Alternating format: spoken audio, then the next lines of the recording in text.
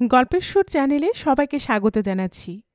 আমি রোমানের উপর আজ আপনাদের পড়ে শোনাব গজেন্দ্র কুমার মিত্রের লেখা একটি গল্প, জীবন মূল্য।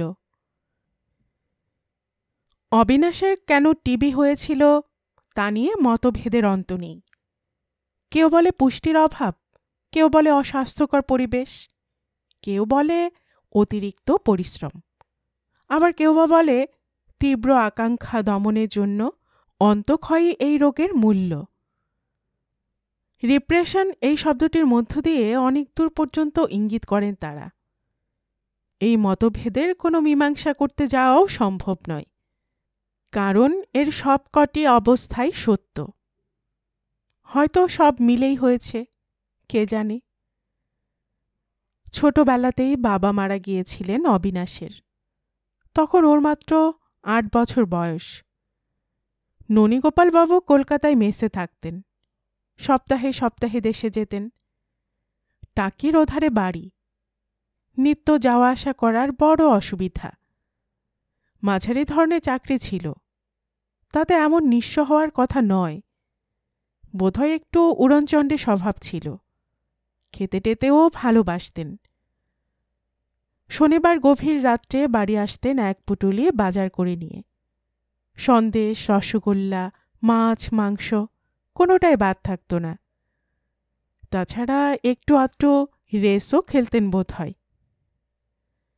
যাই হোক, হঠাৎ একদিন গাড়ি চাপা পড়ে যখন মারা গেলেন, তখন দেখা গেল বিশেষ কিছুই রেখে যেতে পারেননি। অফিসে যা পাওনা হবার কথা তা অফিসের দেনা সূত্রে প্রায় সবটা চলে গেল। এত দেনা যে কেন করেছিলেন তাও কেউ জানে না।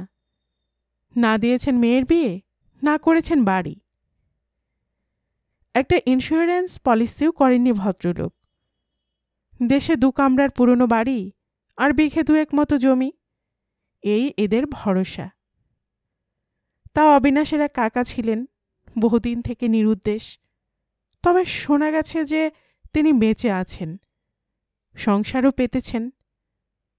সুতরাং যে কোনো সময় ফিরে এসে এটুকু বিষয়েরও অর্ধেক ভাগ চাইতে পারেন। অবিনাশের মা অপর্ণারও বাপের বাড়ির দিকে কেউ ছিল না বিশেষ। বাবা মা ছিলেন ঠিকই, কিন্তু সে না থাকার মধ্যে। বাবা স্কুল মাস্টারি করতেন। অবিরাম নানা রোগে ভুগে ভুগে অকালেই চাকরি ছেড়ে ঘরে বসতে হয়েছে। বাইরে ঘুরে ঘুরে টিউশনি করবেন সে সামর্থ্যও নেই। ফলে দুজনেই এখন এক ভাগ্নের গলগ্রহ। বাবা ভাগ্নের ছেলেদের পড়ান, আর মা ভাগ্নে বউয়ের সংসারে পেট ভাতায় রান্না করেন। বস্তুত এই তাদের অবস্থা দাঁড়িয়েছে। অর্থাৎ কোনো দিকেই কোনো আশ্রয় বা অবলম্বন নেই। তবু সে দুর্দিনে অপর্ণা ভেঙে পড়েননি। অসহ্যের মধ্যেই মন স্থির করে ফেলেছিলেন, এখানে থেকে ভিক্ষে করতে পারবেন না, আর দেবেই বা কে? ঝিগিরি চাকরিরও মাইনে দেবার লোক নেই এখানে। যদি দুটোর একটা ধরতেই হয় তো শহর ভালো, সেখানে কেউ চেনে না, মান খোয়াবার ভয় নেই।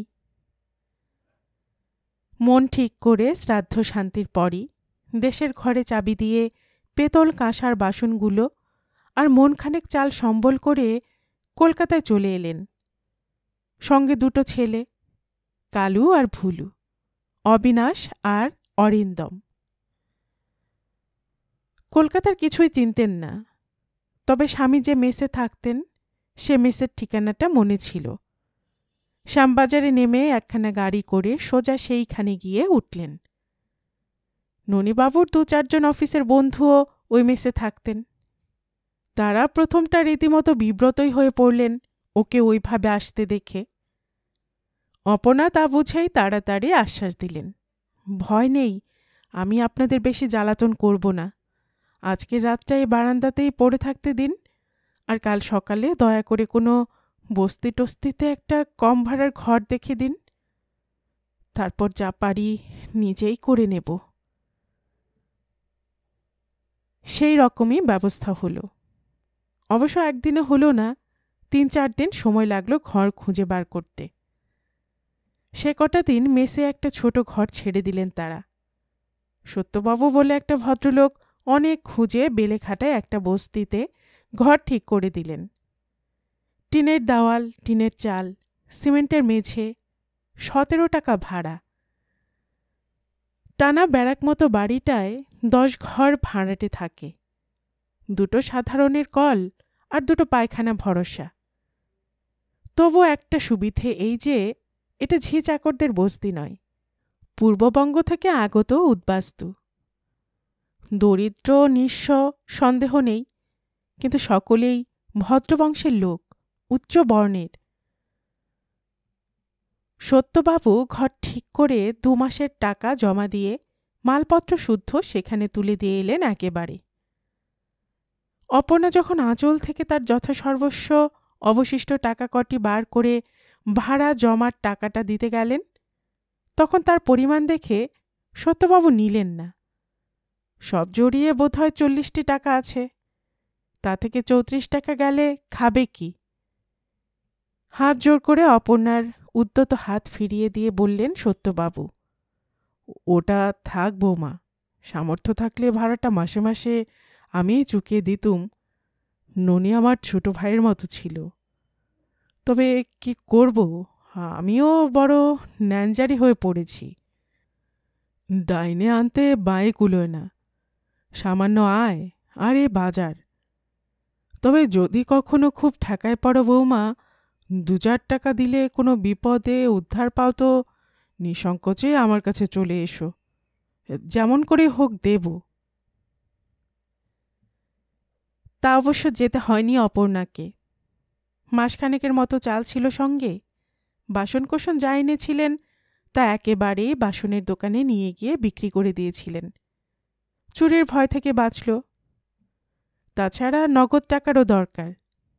নিজেদের ব্যবহারের জন্য 2-1টা যা দরকার এনামেল আর অ্যালুমিনিয়াম কিনে নিলেন।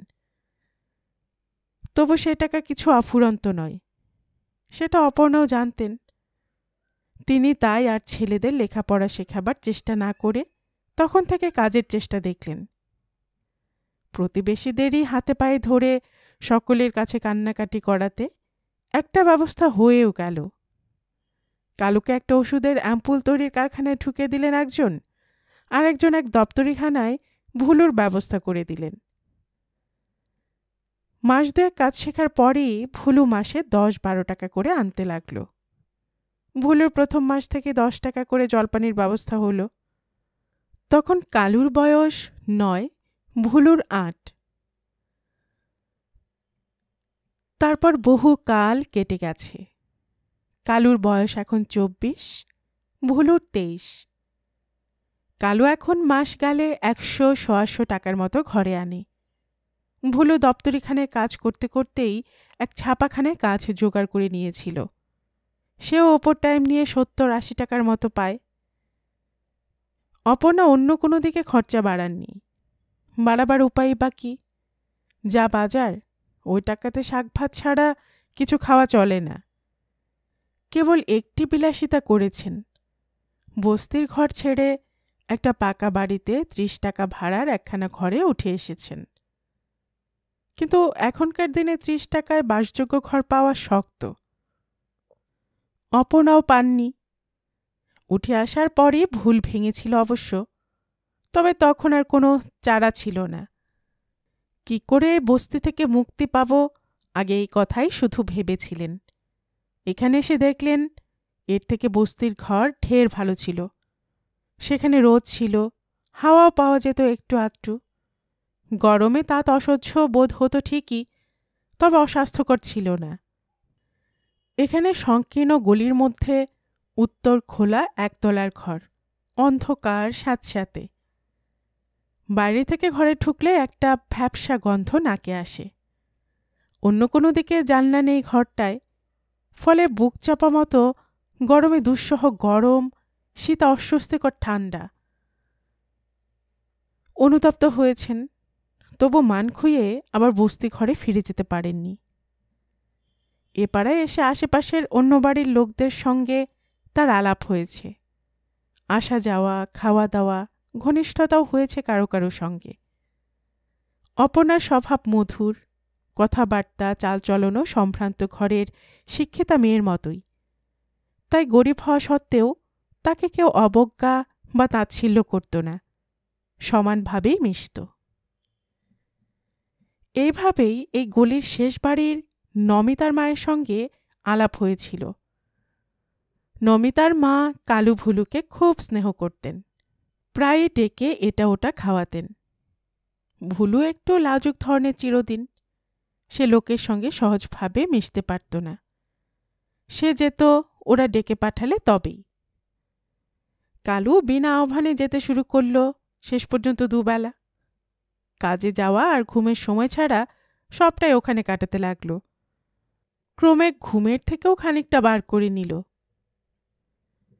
নমিতার বাবা ব্যবসাদার মানুষ। কাজকর্ম সেরে তার বাড়ি ফিরতে রাত 11টা বেজে যায় প্রত্যহই। তারও পর কিছু সময় কাটিয়ে বাড়ি ফেরে অবিনাশ। কোনো কোনো দিন ওখানে খেয়ে আসে। ভুলু ঘুমিয়ে পড়ে। অপর্ণা রাত 11:30 পর্যন্ত খাবার নিয়ে বসে থাকেন। একদিন অকারণেই শোনেন ছেলে খেয়ে এসেছে। তবুও অপর্ণা বুঝতে পারেননি। তার বুদ্ধি বা অভিজ্ঞতা অনেকের থেকে বেশি, কিন্তু অপত্য স্নেহ নাকি অন্য সমস্ত বৃত্তিকে আবরিত করে দেয়, তাই তিনি কোনো সন্দেহই করেননি। অপর কোনো ওই বয়সের ছেলে একটি যৌবনপ্রাপ্তা মেয়ের বাড়িতে ওইভাবে পড়ে থাকলে প্রথমেই যে সন্দেহটা দেখা দিত, সেটা নিজের ছেলে সম্বন্ধে দেখা দেয়নি কখনোই। তার একবারও মনে পড়েনি যে পয়সা না এলেও বয়স হলে যৌবন আসবেই।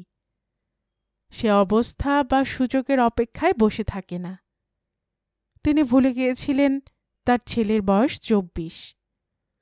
যৌবন এবং যৌবনের নিজস্ব ক্ষুধা তার পরিপূর্ণ চেহারা নিয়ে তার মধ্যে দেখা দিয়েছে অনেক দিন আগেই। তিনি লক্ষ্য করেননি যে ওই বয়সে তার পাড়ার ছেলেরা অধিকাংশ সময়ই মেয়েদের কথা আলোচনা করে। তারা নিয়মিত সিনেমা দেখে, নিজেদের নায়কের স্থানে কল্পনা করে, আর নিজেদের প্রণয় অভিজ্ঞতা, কিছু বা সত্য কিছু বা কল্পিত, নিত্য বন্ধুদের কাছে বিবৃত করে। তারই ঘরের সামনের রাস্তায় দাঁড়িয়ে। সর্বোপরি তার খেয়াল ছিল না যে নমিতার বয়স 18 পেরিয়ে গেছে এবং সে খুব খারাপ দেখতে নয়। নমিতা পাড়ার মেয়ে স্কুলে ক্লাস 10-এ পড়ত যখন ওদের সঙ্গে পরিচয় হয়। তারপর ক্লাস 11-এ উঠেছে।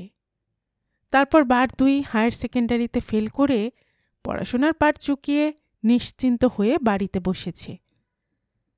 নিম্ন মধ্যবিত্ত পাড়ার স্কুল, এসব জায়গায় লেখাপড়া যত না হোক, জীবন অভিজ্ঞতার পাঠটা মেলে অনায়াসে। স্ত্রী পুরুষ সম্পর্কিত কোনো সত্য বা তথ্যই জানতে বাকি থাকে না তাদের। নমিতারও ছিল না। কাঁচা বয়স, কাজকর্ম নেই, পড়াশুনো নেই, প্রেম করার স্বাদ জেগেছে অনেক দিনই। আর হাতের কাছে পেয়েছে একটি তরুণ ছেলে। সে দেখতেও মোটামুটি সুশ্রী। রোগা হলেও হাড় চওড়া বলে খুব খারাপ দেখাতো না অবিনাশকে। সুতরাং ব্যাপারটা মন্দ লাগেনি নমিতারও। অবিনাশ যে তার প্রেমে গোড়ালি থেকে টিকি পর্যন্ত ডুবে গেছে, নমিতা তা জানত এবং উপভোগ করত। একটু আধটু ফষ্টি নষ্টি, এর বেশি অবশ্য এগোয়নি ব্যাপারটা। তার কারণ এদের ইচ্ছের অভাব নয়, স্থানাভাব। দোতলায় 2খানি ঘর নিয়ে থাকত নমিতারা, নিচের তলাটা ভাড়া দেওয়া। নমিতার ভাই বোনও অনেকগুলি। নির্জন অবসর একেবারেই মেলেনি বলতে গেলে। তাছাড়া অবিনাশের বোধহয় অত সাহসও ছিল না। তারা যে গরিব, লেখাপড়া শেখেনি, সামান্য কারখানার সামান্য কাজ করে, তারা যে কোনো দিকেই নমিতাদের সমান নয় এটা ভালো করেই জানত। তাই আশা সে করেনি, আকাঙ্ক্ষাই করেছে শুধু। আর সেই আশাহীন, প্রকাশের উপায়হীন আকাঙ্ক্ষার জ্বালায় নিরন্তর দগ্ধ হয়েছে। মনে মনে নমিতাকে বক্ষলগ্ন অবস্থায় কল্পনা করেছে অহরাত্র। তার ফলে স্বাস্থ্যটাই গেছে শুধু, লাভ কিছু হয়নি। আর তারই ফলে কিনা কে জানে হঠাৎ একদিন জ্বর শুরু হয়েছে অবিনাশের, খুসখুসে জ্বর, তার সঙ্গে কাশি। প্রথমে হোমিওপ্যাথি চলেছে, তারপর অনেক দিন হয়ে যেতে ডাক্তার ডেকেছেন অপর্ণা। ডাক্তার এসে সেই নিদারুণ সত্যটি শুনিয়ে গেছেন। টিবি হয়েছে, বিস্তৃত বিশেষ চিকিৎসার প্রয়োজন। তিনিও করতে পারেন, তবে অত খরচা কি করতে পারবেন ওরা? যাই হোক, এখনই রীতিমতো চিকিৎসার ব্যবস্থা না করলে বাঁচানো শক্ত হবে, এই কথাটা বলে বিদায় নিয়েছেন তিনি। বাঁচবার কথা নয়, নেহাত পরমায়ু ছিল বলেই বেঁচে গেল অবিনাশ। অপর্ণা জনে জনে কেঁদে পড়লেন পাড়ার লোকের কাছে। তাদের এবং মনিবদের যৌথ চেষ্টার ফলে শেষ পর্যন্ত কলকাতার বাইরে একটা হাসপাতালে ব্যবস্থা হয়ে গেল। বিনা খরচে থাকতে পাবে সেখানে, চিকিৎসাও বিনামূল্যে। ওর মনিব ওর মাকেও সামান্য কিছু সাহায্য করতে রাজি হলেন। অবিনাশ ভালো কর্মী, নিরীহ ও ভদ্র বলে ওর প্রতি তাদের কিছু মমতাও ছিল। এ সময়েই রোগ উৎপত্তির কারণ নির্ণয়ের চেষ্টা করেছেন সকলে। বিভিন্ন কারণ দেখিয়েছেন বিভিন্ন লোক, শেষ কথাটাও বলেছেন কেউ কেউ, সেক্স রিপ্রেশন। কথাটা অত বুঝতে পারেননি অপর্ণা, ভুলই সেটা বুঝিয়ে দিয়েছে। সে অনেক দিন আগে থেকে লক্ষ্য করেছে জিনিসটা। মুখচোরা স্বভাবের জন্য মুখ ফুটে দাদাকে কিছু বলতে পারেনি। মাকে ইঙ্গিত দিয়েছে, দাদার দেরি করে আসার জন্য বিরক্তি প্রকাশ করেছে, তবে খুলে বলতে পারেনি ব্যাপারটা। এখন বলল, মা রোগের সব দায়িত্বটা পুষ্টিকর আহার্যের অভাব এবং অস্বাস্থ্যকর ঘরের উপর চাপাচ্ছেন দেখে প্রতিবাদ করে উঠল। আর মুখচোরা লোকেরা যখন মুখ খোলে তখন স্বাভাবিকের থেকে বেশি রকমের তিক্ত ভাষণ করে। ভুলেও কিছু রেখে ঠেকে বলল না। যাই হোক, কোনো মতে কটা মাস কাটিয়েছে ওরা, যাকে বলে কাদায় গুণ টেনে। অভাবের শেষ নেই, ধার দেনা বেড়ে গেছে চতুর্দিকে। ভুলোর 100টি টাকায় ভরসা। মনিবরা দেন মাত্র 30টি টাকা, মায়ের হাত খরচের মতো। সুতরাং আবার একটা বস্তির ঘরে উঠে যেতে হয়েছে, আলো হাওয়ার অজুহাত দেখিয়ে। তাও আগের মতো ভাড়ায় পায়নি, টিনের ঘরেরই 20 টাকা ভাড়া। নতুন পাড়া গিয়ে অপর্ণাকে যা এত দুঃখেও কখনো করেননি, রান্নার কাজ ধরতে হয়েছে।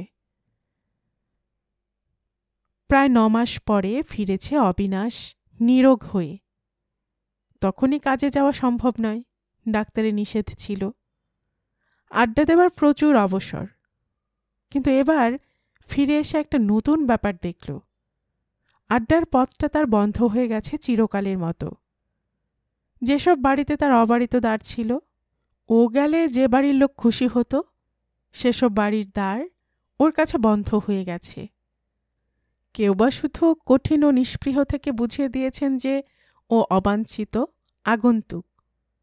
কেউ বা মুখেই বলে দিয়েছেন সোজাসুজি, আমাদের বাবা ছেলেপুলের ঘর, তোমার রোগটা সম্পূর্ণ গেছে কিনা তার কোনো ঠিক নেই, তুমি আর এসো না এখানে। নমিতাদের বাড়ি অবশ্য প্রথম প্রথম যাওয়ার চেষ্টাই করেনি অবিনাশ, সংকোচ বোধ করেছে। এই অসুখের জন্যে, অবস্থার জন্যেও। আবার বস্তি ঘরে যাওয়ার লজ্জা।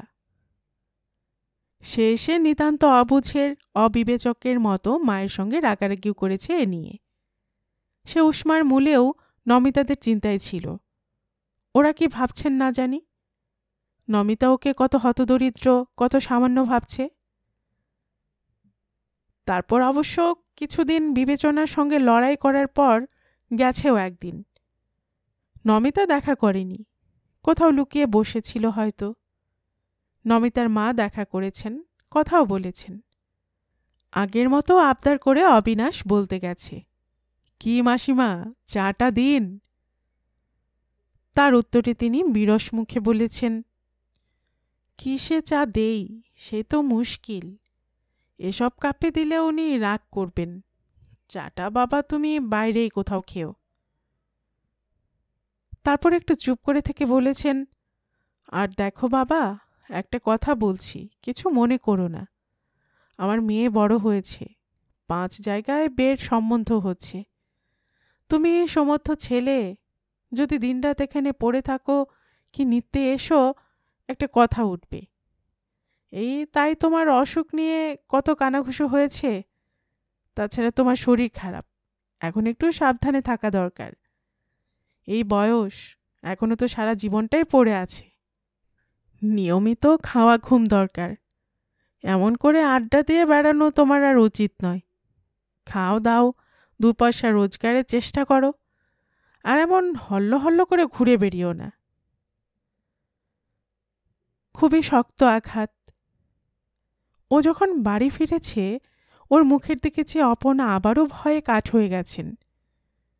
কিন্তু বোধ করি অবিনাশের মনে এই ধরনের একটা আঘাতের কিছুটা প্রস্তুতি ছিল বলেই শেষ পর্যন্ত সামলে নিয়েছে। এমন রূঢ় কথা শুনতে হবে তা না ভাবলেও কদিনের অভিজ্ঞতায়, শীতল অভ্যর্থনায় একটা আশঙ্কা ওর ছিলই। সে সত্যিই উপার্জনের দিকে মন দিল এবার। বাইরে থেকে যেন নিজেকে গুটিয়ে নিল খানিকটা। শুধু 2-4 জন পুরুষ বন্ধু ওকে ত্যাগ করেনি, তাদের সঙ্গে অনেকটা মেলামেশা রইল। তবে সে যতটা রাস্তায় দাঁড়িয়ে হয়, বাড়িতে আর কারো যেত না অবিনাশ। উপার্জনের চেষ্টা না দেখে উপায়ও ছিল না। বিপুল ঋণ মাথার উপর। ও আসতে কিছু ব্যয়ই বরং বেড়েছে। মনিবরা যে সাহায্যটা করতেন, ও ফিরে আসার পরও 1 মাস দিয়ে হঠাৎ বন্ধ করে দিলেন। বললেন, আমাদের কাজকারবারের অবস্থা ভালো নয়, আর পেরে উঠছি না। তোমার জায়গায় লোক নিতে হয়েছে, তার টাকা তো পুরোই গুনতে হচ্ছে। তোমাকে এখানে আর নিতেও পারবো না। তোমার এই শরীরে হাঁপড়ের সামনে বসে কাজ করা উচিত হবে না। ডাক্তারও বারণ করবে। তুমি অন্য কোনো হালকা কাজ খুঁজে নাও। অনেক ঘোরাঘুরি করে এক বন্ধুর সাহায্যে খুঁজে একটা পেল। আগের চেয়ে রোজগার কম, তবে বাঁধা মাইনের চাকরি। এক মনোহারী দোকানে কাজ, কাউন্টারে মাল সরবরাহ করা, ক্রমাগত আলমারির পাল্লা ঠেলা আর অবিরাম ছুটোছুটি। মাইনে মাসে 70 টাকা। কাজটা খুব হালকা হলো না। 10টা থেকে রাত 8:30 পর্যন্ত খাটুনি। সন্ধ্যের সময় তো অমানসিক পরিশ্রম হয়, কিন্তু উপায় কি? তবু এখানে এক আধটু বিশ্রাম পায়।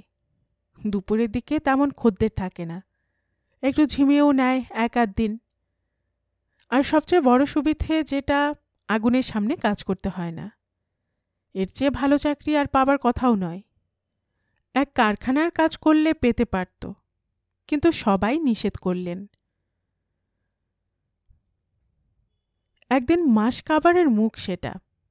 সারাদিন একটু নিঃশ্বাস ফেলারও সময় পায়নি বলতে গেলে। রাত 9:30টায় বাড়ি ফিরে ক্লান্ত হয়ে শুয়ে পড়েছে। তখনও মুখ হাত ধোয়া হয়নি।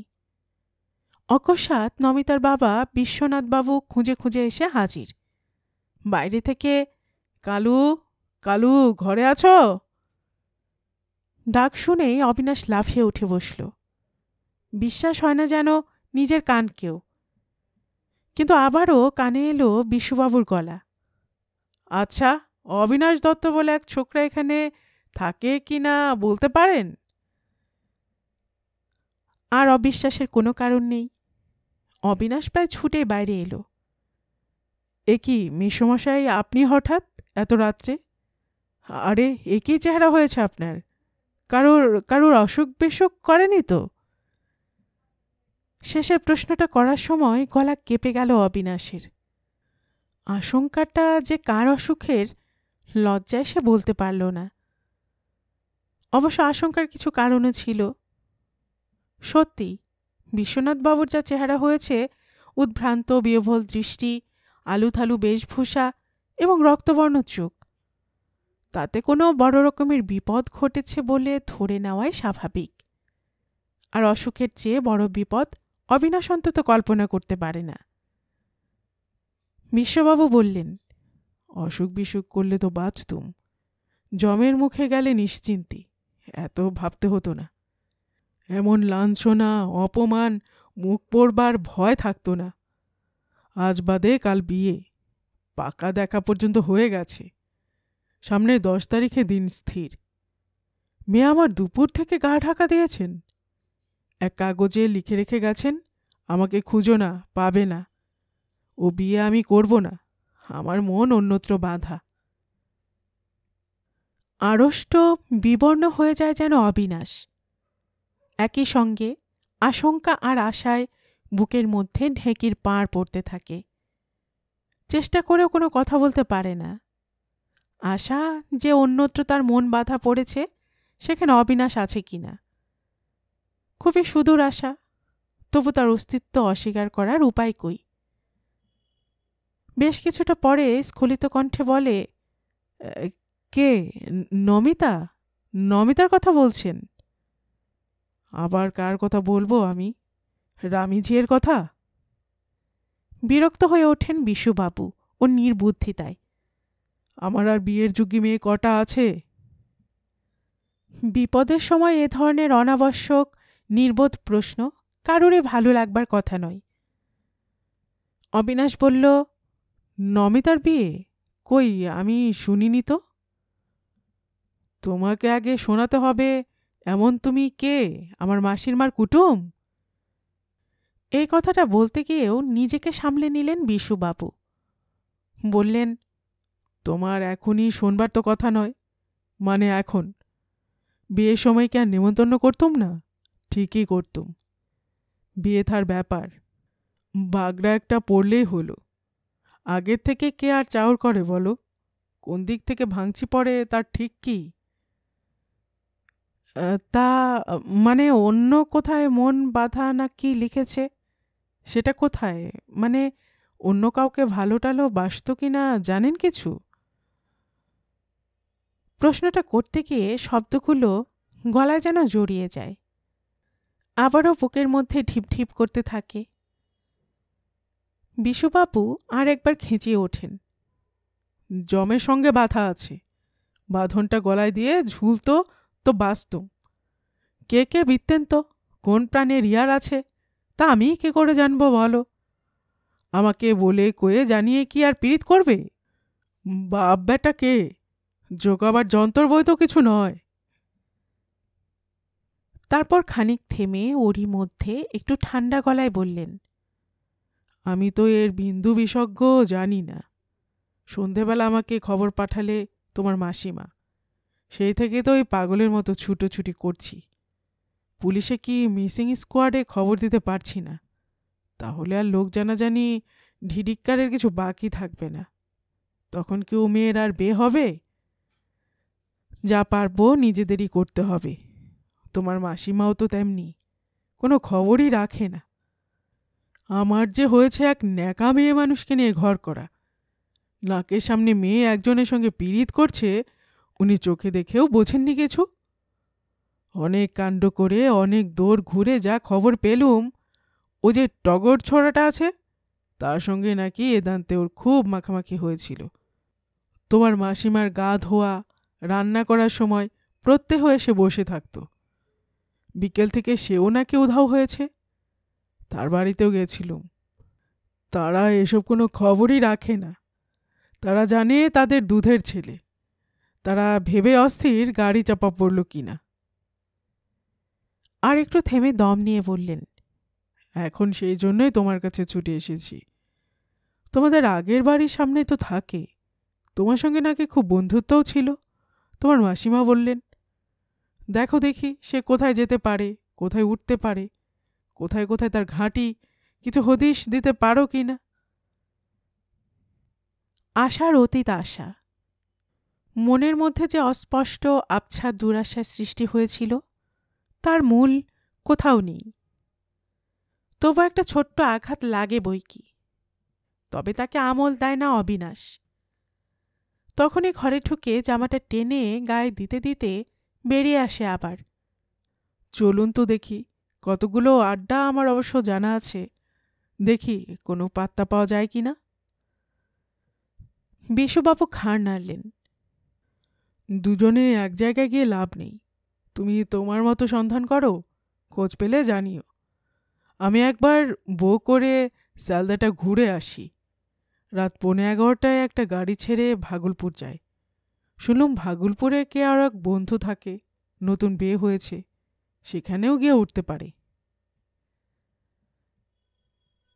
অবিনাশের যে অবস্থা ভালো নয়, ছুটোছুটি করতে গেলে যে কিছু খরচ পড়ে, সে কথাটাই দুঃসময়ে মনে পড়ার কথা নয় বিশুবাবুর। পড়লও না। ফলে ক্লান্ত অভুক্ত অবিনাশ যখন রাত 3টের সময় ট্যাক্সি করে বাড়ি ফিরল, তখন তার সদ্য মাইনে পাওয়া 70 টাকার মধ্যে 22টি টাকা খতম হয়ে গেছে।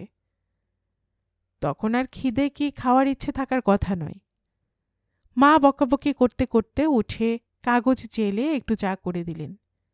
একখানা বিস্কুট দিয়ে তাই খেয়ে শুয়ে পড়ল অবিনাশ। পরের দিন সকালেও কিছু খাবার সময় হল না। খবর পাওয়া গেছে কদিন থেকে বহরমপুরের কে এক বন্ধুর সঙ্গে টগরের খুব চিঠি চালাচালি হচ্ছে। সেখানেই নিশ্চয় গেছে ওরা। সকাল 7টায় বাস ছাড়ে এসপ্ল্যানেড থেকে। এখনই না বেরোলে সে বাস ধরা সম্ভব নয়। মা খুব জেদ করাতে কোনো মতে একখানা বাসি রুটি চা দিয়ে গিলে খেয়ে ছুটে বেরিয়ে গেল। ভুলো একটু রাগারাগি করতে গিয়েছিল, তাকে ধমক দিয়ে উঠল। কি বলছিস? স্কাউন্ডেলটাকে শিক্ষা দিতে হবে না? ভদ্রলোকের বিশ্বাসের সুযোগ নিয়ে, তাছাড়া মানুষের এই বিপদ দেখেও হাত পা গুটিয়ে বসে থাকব? তবে মানুষ হয়ে জন্মেছি কেন? তোমার নিজের বিপদকে দেখে তার ঠিক নেই, তুমি যাচ্ছ অপরের বিপদ দেখতে। তোমার এই শরীর, তার উপর নতুন চাকরি, তারাই বা কি মনে করবে? রাগ করবে হয়তো। এই অনিয়ম করে যদি আবার পড়ো, কে দেখবে তাই শুনি? নাকি চাকরি থাকবে? দেখ ভুলো, এমনিভাবে অত হিসেব করে যদি শরীর রাখতে হয়, সে শরীর না থাকাই ভালো। অমনভাবে বাঁচতে আমি চাই না। আর চাকরি যায় আরেকটা খুঁজে নিতে পারবো। এ চাকরি কে খুঁজে দিয়েছিল? এও তো আমিই জোগাড় করেছি। তবু ভুলো বলতে গেল, তারা কি তোমার উপরই ভরসা করে বসে আছে?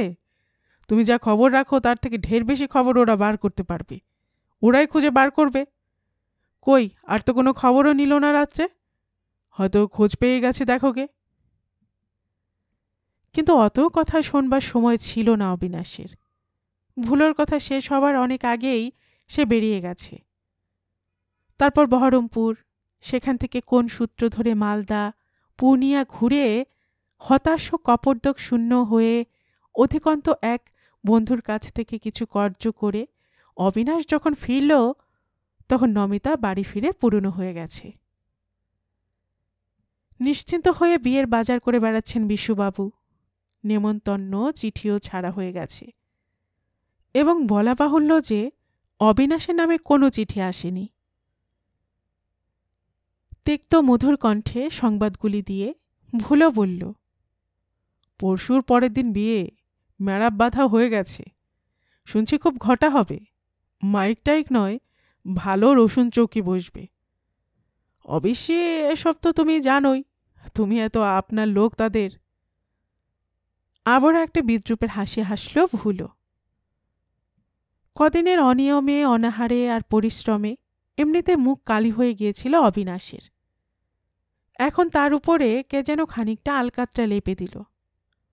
অনেকক্ষণ একটা কথাও মুখ দিয়ে বেরোল না তার। তারপর কোনো মতে যেন বাইরে কোথাও থেকে কণ্ঠস্বর খুঁজে কুড়িয়ে এনে প্রশ্ন করল, কোথা থেকে পাওয়া গেল কিছু জানিস? জানি বই কি, এই কলকাতাতেই যাদবপুরের কোন এক কলোনিতে নিয়ে গিয়ে তুলেছিল। ইচ্ছে ছিল ওখান থেকে কিছু টাকা জোগাড় করে বোম্বেতে পালাবে, কিন্তু টগরের তো ট্যাগ ঢুঁঢু। নমিতারই গয়না বেচে টাকা জোগাড় করবে এই মতলব ছিল। কিন্তু গয়না চাইতেই নমিতার মাথা গরম হয়ে গেল। সেই রাত্রিরে ঝগড়া, ব্যাস পরের দিন টগর হাওয়া। বিশুবাবু পুলিশে খবর দিয়েছেন শুনে আরও ঠান্ডা মেরে গেছে তখন।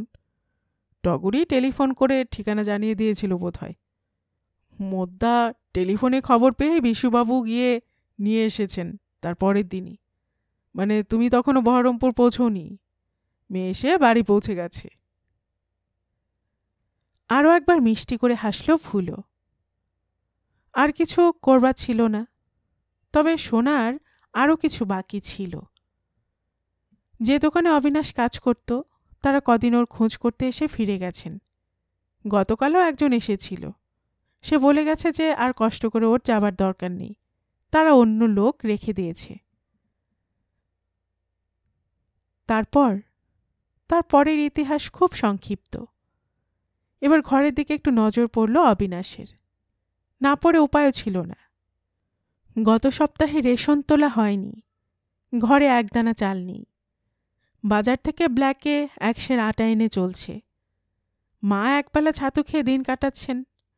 পাওনাদার খুবলে খাচ্ছে তাকে আর ভুলোকে। অগত্যা পরের দিনই অবসন্ন দেহকে প্রায় চাবুক মেরে তুলে বেরোতে হলো কাজের খোঁজে।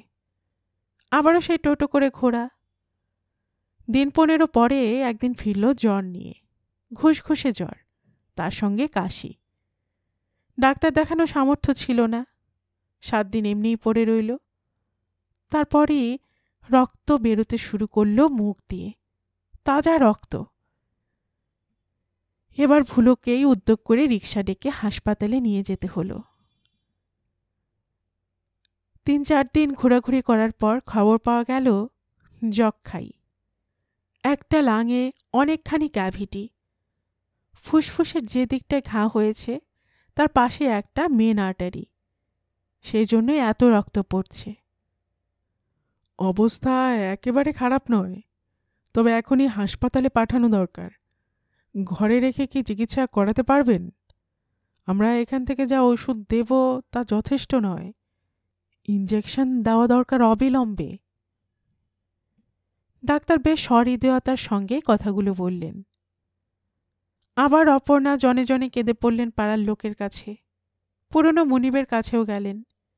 বিশুবাবুকেও গিয়ে বললেন। পুরনো মনিবরা 10 টাকা আর বিশুবাবু 5টি টাকা দিলেন। এর থেকে বেশি কিছু করা তাদের সাধ্যাতীত। বিশুবাবু সদ্য মেয়ের বিয়ের দোহাই দিলেন। কিন্তু হাসপাতালে পাঠাবার কোনো ব্যবস্থাই করা গেল না এবার। এখনো করা যায়নি। তেমনই পড়ে আছে বিছানায়। এখনো আউটডোরে নিয়ে যাওয়া চলছে। 2 দিন পর হয়তো তাও চলবে না। রোগী উঠতেই পারবে না বিছানার থেকে।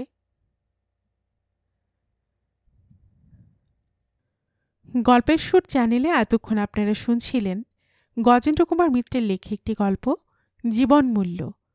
আর এতক্ষণ গল্প পাঠে আমি আপনাদের সাথে ছিলাম রোমানা নূপুর। আপনারা যারা গল্পের সুর চ্যানেলের গল্প নতুন শুনছেন, আপনাদের সুবিধার্থে একটি বিনীত অনুরোধ, যদি আপনারা আরও এমন গল্প শুনতে চান তবে নিচে সাবস্ক্রাইব বাটনে একটি ক্লিক করে রাখুন ও একটি লাইক করে রাখুন। এতে এই চ্যানেলের ভিডিওগুলি খুঁজে পেতে আপনাদের সুবিধা হবে।